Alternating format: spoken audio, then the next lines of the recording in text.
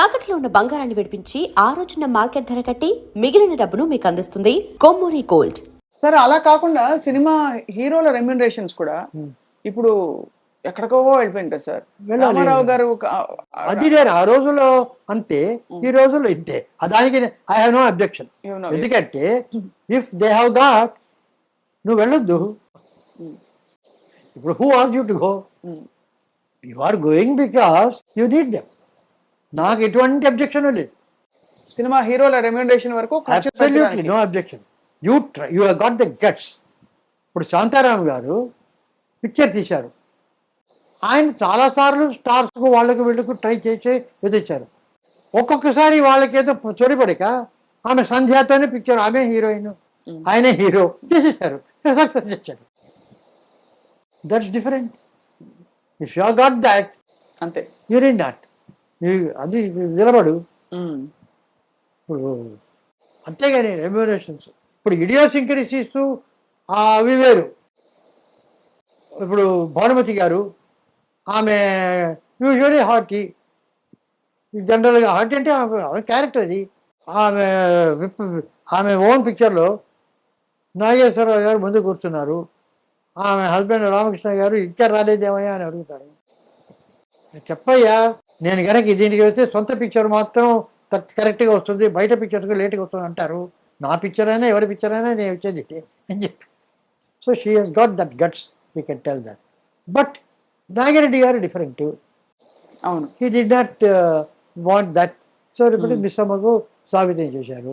SV Rangarao తీసేసి ఇంకొక పాపకి పెట్టారు. He did not. So that is it. అది వేరు idiosyncrasy. I'm not talking about అది. I also don't want. అది డిసిప్లిన్. అక్కడికి వచ్చిన తర్వాత ఆ డిసిప్లిన్ అలా ఉండాలి, చేయాలి. అవి I also don't like. Remuneration different అంటారు. నేను అక్కడికి వచ్చి అంత కంప్లైంట్ వచ్చేస్తాను అనేది అది రెమ్యూనరేషన్ వేరు, అతను చేసే ట్యాంట్రమ్స్ వేరు. ట్యాంట్రమ్స్ దీనికి చాలా డిఫరెన్స్. సరే, ఇప్పుడు బాహుబలి, RRR ఈ మధ్య కాలంలో మోస్ట్ టాక్డ్ అబౌట్ ఫిల్మ్స్. అంటే ఒక పాత్ బ్రేకింగ్ సినిమా తెలుగులో నుంచి మనకి బాహుబలి, తర్వాత RRR. అండ్ RRRలో పాటకి, నాటు పాటకి ఆస్కర్స్ దాకా వెళ్ళడం అని, ఇవన్నీ మీ భావన ఏమిటి సార్ వీటి గురించి? అంటే అవే అంటే దట్ స్పెక్టాక్యులర్. బెన్నూరు అది వచ్చింది, విలియం వైలర్ చేశాడు. ఆయన కూడా ఒక స్మాల్ హట్లో ఒకే ఒక వీటిలో ఒక సినిమా చేశాడు. Some film, I don't remember. Only one హౌస్లో జరుగుతుంది. డేవిడ్ లిన్ అటువంటి బ్రిడ్జ్ ఆన్ ది రివర్ తీశాడు. ఒక ట్రైన్లోనే ఒక పిక్చర్ చేశాడు. So that is also there, this also there. So ఇప్పుడు ఫర్ ఇన్స్టెన్స్ మీరు నన్ను క్వశ్చన్ అడిగి ఎంతసేపటికి బాహుబలి, RRR, కల్కి ఇవి అడుగుతున్నారు, కానీ బలగం గురించి ఒక మాట అడగలేదే. అంటే ఇదొక జానర్. అది అడగొచ్చు కదా, మీ మైండ్కి రావడం లేదు అది. ఇప్పుడు బలగం కాకుండా సినిమా బండి, జాతి రత్నాలు, బేబీ, ఇక ఇటువంటివి ఎన్నెన్నో ఉన్నాయి. That is own picture. It has its own success. It has its own stardom. Phenomenally successful, sir. Success is covered, but it spoke its language. But you are not talking about it. Why? I can ask you. Balagam, Jatiratnalu. Anni Jatiratnalu. So they are all there. They are adanni untene industry. Okay. అంతేగాని అది గోది అంటే దీనికి అంతా వస్తుంది. That's all. So what according to you sir మంచి cinema అంటే? వినోదమా? Everything everything is a good cinema. It's creative. జనానికి నచ్చదు, జరగచ్చు, అది వేరు. ఇప్పుడు బెర్నార్డ్ షా ఒక నాటకం రాశాడు. అది ఏమిటంటే అది పిక్చర్ ఫ్లాప్ అయింది. నాటకం ఫ్లాప్ అయింది. ఆయన అడిగాడు ఎలాగుంది నాటకాన్ని. The play was a big success, the audience was a failure అన్నట్టు. అద్భుతం. అంతే, ప్రతి పిక్చర్ హిట్, ఆడియన్స్ సక్సెస్ అవుతారు కాదు. ఆడియన్స్ సక్సెస్ కాదా అనేది ఇంపార్టెంట్. అవును సార్, అవును, కరెక్ట్ సార్. అలాగా ప్రతి పిక్చర్ హిట్టే. అవును సార్. బికాస్ ఒక కథ బాగా లేకపోతే ఏమైనా మరీ కొన్ని కోట్లలోనే ఉంటుంది లోయెస్ట్ పిక్చర్ అయినా. It's not a small amount. అది పెట్టాలంటే నిర్మాతకు ఈ కథ బాగుంటుంది అనే కదా తీస్తారు ఆ మేకింగ్లో రాలేదు, అది రాదు, ఏమైనా అంటారు. లేదు థియేటర్స్ రారు, ఈ జనం రారు, బికాస్ పుల్ చేయాలి, ఇద్దరే ఉంటారు. అదైతే back that's a different economics. అది వేరు. ఒక థియేటర్స్లో ఇంతమంది వస్తే కానీ ఆ థియేటర్ నిండదు, అవును. అంతమంది వస్తే కానీ థియేటర్. సో నేననేది ఏమిటంటే సిస్టమ్ ఈస్ లైక్ దట్. నీకు థియేటర్ ఉంది, ఈ థియేటర్ వాళ్ళు వెళ్తే నీకు సినిమా చూడాలి, అక్కడ వెళ్తే ఇంత డబ్బు కట్టాలి, ఎంత ఉన్నారు. నేననేది ఏమిటంటే if we have theatres of 100 or 106 seats in every building, in floors ఉంటారు దాన్ని, ఒక కాలనీస్, ఒక కాలనీస్లో ఒక పెద్ద లేఅవుట్స్ ఏబిసి అని every block 14 11 A block, B block, ఇక్కడ పెద్ద పెద్ద బిల్డింగ్ కాంప్లెక్సెస్ ఉంటాయి. అందులో they have a swimming pool, they have a gym, they have a departmental store, they have got a library. ఇవన్నీ ఉండగా why can't they have a 100 feet theatre also? ఏ క్లాస్లో ఒక theatre, below ఒక theatre, సిలో ఒక theatre. ఆ రకంగా ఉంటే ఇప్పుడు 3000 థియేటర్స్ అంటున్నారు. ఒక్కొక్క బ్లాక్లో ఉంటే ఒక హైదరాబాద్లోనే ఒక 50,000 థియేటర్లు వస్తాయా, 1,00,000 థియేటర్లు వస్తాయా? అవును. ఆ రకంగా మొత్తం ఒక రోజు కనుక ఆడితే సరిపోతుందా? అవును, అంతే కదా. అందరికీ అనుకూలంగా ఉంటుంది. వాళ్ళ కాలనీలో ఉంటే అందరూ వెళ్తారు. 50 రూపాయలు 25 రూపాయలు ఇస్తే సరిపోతుందా? You have to come out with visions. అది you have to come out with systems which break that and build up. అంతేగాని అది ఉంది లేదు మేము ఏం చేయలేము, వీఆర్ హెల్ప్లెస్.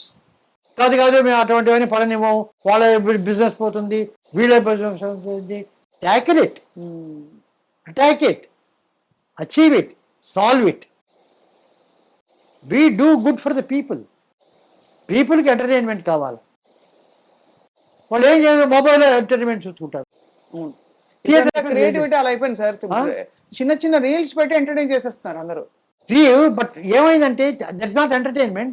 థియేటర్ ఎక్స్పీరియన్స్ కావడానికి because they are not able to go. అది లేక దీంతో పెట్టుకుంటారు. బట్ అది ఈవినింగ్ అంటే ఎందుకు మొబైల్కి వస్తారు? అంతే కదా. దట్ ఈస్ అన్న మెనోరా థియేటర్ ప్రీవియస్ థియేటర్స్లో చూస్తాం లేదా సినిమాలు? ఎంత ఉంటుంది ప్రీవియస్? స్మాల్ థియేటర్స్ ఉంటాయి. We are seeing, why can't we do it? Somebody have to come forward. No big investment. ఎంత బిగ్ ఇన్వెస్ట్మెంట్ జరుగుతున్నాయి, అంతా 100 కోట్లు 1000 కోట్లు. What is all this? There is no dynamism. మీరు నిజం చెప్పారని మళ్ళీ అడుగుతున్నాను. మీకు నిజంగా 93 ఉన్నాయా?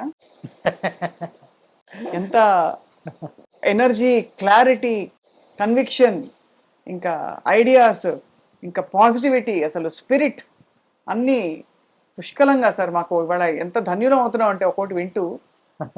సో బట్ సార్ ఇప్పుడు ఈ ఇల్లు ఎప్పుడు కట్టుకున్నారు సార్ మీది?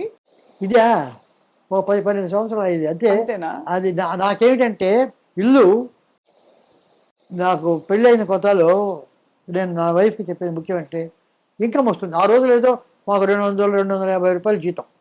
అదంటే ఏది వచ్చినా కూడా ఒక ఊరికి వెళ్ళాలా, ఒక పెళ్ళికి వెళ్ళాలా, ఏదో ఎవరికి కొనాలా, ఇంకేదో పోవాలా, ఇవ్వాలా, ఇవన్నీ ముందే మనకు తెలుస్తుంది. ప్లాన్ చేసుకోవచ్చు. ప్లాన్ చేసుకోకుండా వచ్చేది ఒకటే సిక్నెస్, హెల్త్ ప్రాబ్లం. అది ముందు తెలియదు వస్తుందని. ఉన్నటువంటి జ్వరం వస్తుంది, డాక్టర్ దగ్గరికి వెళ్ళి హాస్పిటల్కి వెళ్ళాలి. సో అది ప్లాన్ లేకుండా వస్తుంది కనుక రాగానే ఒక 100 రూపాయలు వచ్చి 10 రూపాయలు చేసి హాస్పిటల్కి అక్కడ పెట్టేయాలి. దాన్ని ముట్టుకోకూడదు. ఓన్లీ ఫర్ హాస్పిటల్, వైద్య నిధి అక్కడ పెట్టేయాలి. మిగతా అంతా ప్లాన్ చేసుకోవచ్చు. సో అది నాకు చెప్పాను ఫస్ట్. ఇది మాత్రం రెగ్యులర్గా ఉండాలి. You should never do anything lack of money during sickness. పెళ్ళికి పోతే వస్తుందో లేకపోతే లేదు, అంతే. సిక్నెస్ కెనాట్ గో బీ డాక్టర్కి వెళ్తాం, లేకపోతే లేదు, అది చేయలేం. సో ఇల్లు కట్టడం అంటూ వచ్చినప్పుడు నాకు ఎక్కడ కడతారంటే విజయ హాస్పిటల్ దగ్గర కడతాను. అలా వచ్చింది ఇక్కడే సార్, విజయ హాస్పిటల్ ఇక్కడ అంతే పక్కనే 5 నిమిషాలు. నాగిరెడ్డి గారు హాస్పిటల్ కట్టారు మాకు, అంతా మేము ఆస్థాన విద్వాంసులు. సో ఇక్కడ కడతాను. దుఃఖపాటి మధుసూదనరావు గారు అడిగారు, సరే ఆళ్వారు మంచి ప్లాట్స్ ఉన్నాయి అక్కడ. నేను విజయ హాస్పిటల్ దగ్గర కడతాను అనుకున్నాను. ఇదేమిటే శుభమాని ఇల్లు కడతామంటే విజయ హాస్పిటల్ మంచి ఉన్నాయి అన్నారు. సార్ మంచి అంటే ఏమిటి? ముందర ఒక చిన్న గార్డెన్ ఉంటుంది, వెళ్ళగానే చూసేవాళ్ళకి వచ్చేవాళ్ళకి. లోపలికి వెళ్ళిన తర్వాత మేము డ్రాయింగ్ రూమ్ కూర్చుంటాం, బెడ్రూమ్ ఉంటుంది. విజయ ఇక్కడ అయినా వడపల్లి అయినా సరే, ఆళ్వార్పేట అయినా సరే, ఆఫ్రికా అయినా సరే, స్విట్జర్లాండ్ అయినా సరే, ఆ బెడ్రూమ్లో ఒక బెడ్ ఉంటుంది, కర్టన్స్ ఉంటాయి, ఒక టీవీ ఉంటుంది, ఫోన్ ఉంటుంది, టేబుల్ ఉంటుంది, అంతే. ఎక్కడికి వెళ్ళినా ఇదంతా కూడా ఏ ప్రపంచంలో ఎక్కడికి వెళ్ళినా బెడ్రూము, అటాచ్డ్ బాత్రూము ఇది ఉంటుంది. ఎక్కడికి వెళ్ళినా ఇదే ఉంటుంది. ఈ బయట ఎవరికి? బయట నుంచి చూసేవాళ్ళకి. నేను ఎటువంటి ఇల్లు ఉన్నాను అని నలుగురికి తెలియడానికి నేను ఇంట్లో ఉండాలి. Not for my self. నేను రాగానే ఇంట్లోకి వెళ్ళిపోతాను, నా బెడ్రూమ్కి వెళ్తాను, డ్రాయింగ్ రూమ్, డైనింగ్లోకి వెళ్తాను, తింటాను. I don't need a big exterior. ఆ రాగానే ఒక పెద్ద పోర్టికో అక్కడ రావాలా, ఇచ్చేది ఎవరికి? నలుగురు చూస్తే ఎలా ఉంటుంది అని అనేది నా మనసులో ఉన్నప్పుడు అవన్నీ వస్తాయి. నాకు అది లేదు. I want my comfort. I want to go nearest with 5 minutes. ఎమర్జెన్సీలో అర్ధరాత్రి ఏదైనా ప్రాబ్లం ఉంటే హాస్పిటల్కి వెళ్ళాలి, విజయ హాస్పిటల్కి వెళ్ళాలి. అది నాకు ఇంపార్టెంట్. నాట్ దిస్ హౌ ఇట్లు ఉన్న దాంట్లో ఆ దాంట్లో మళ్ళీ కోత చూద్దాం అని చెప్పా. అలా తేలిపాటి చూశాడు. వీడిని మార్చలేమనుకున్నాడు.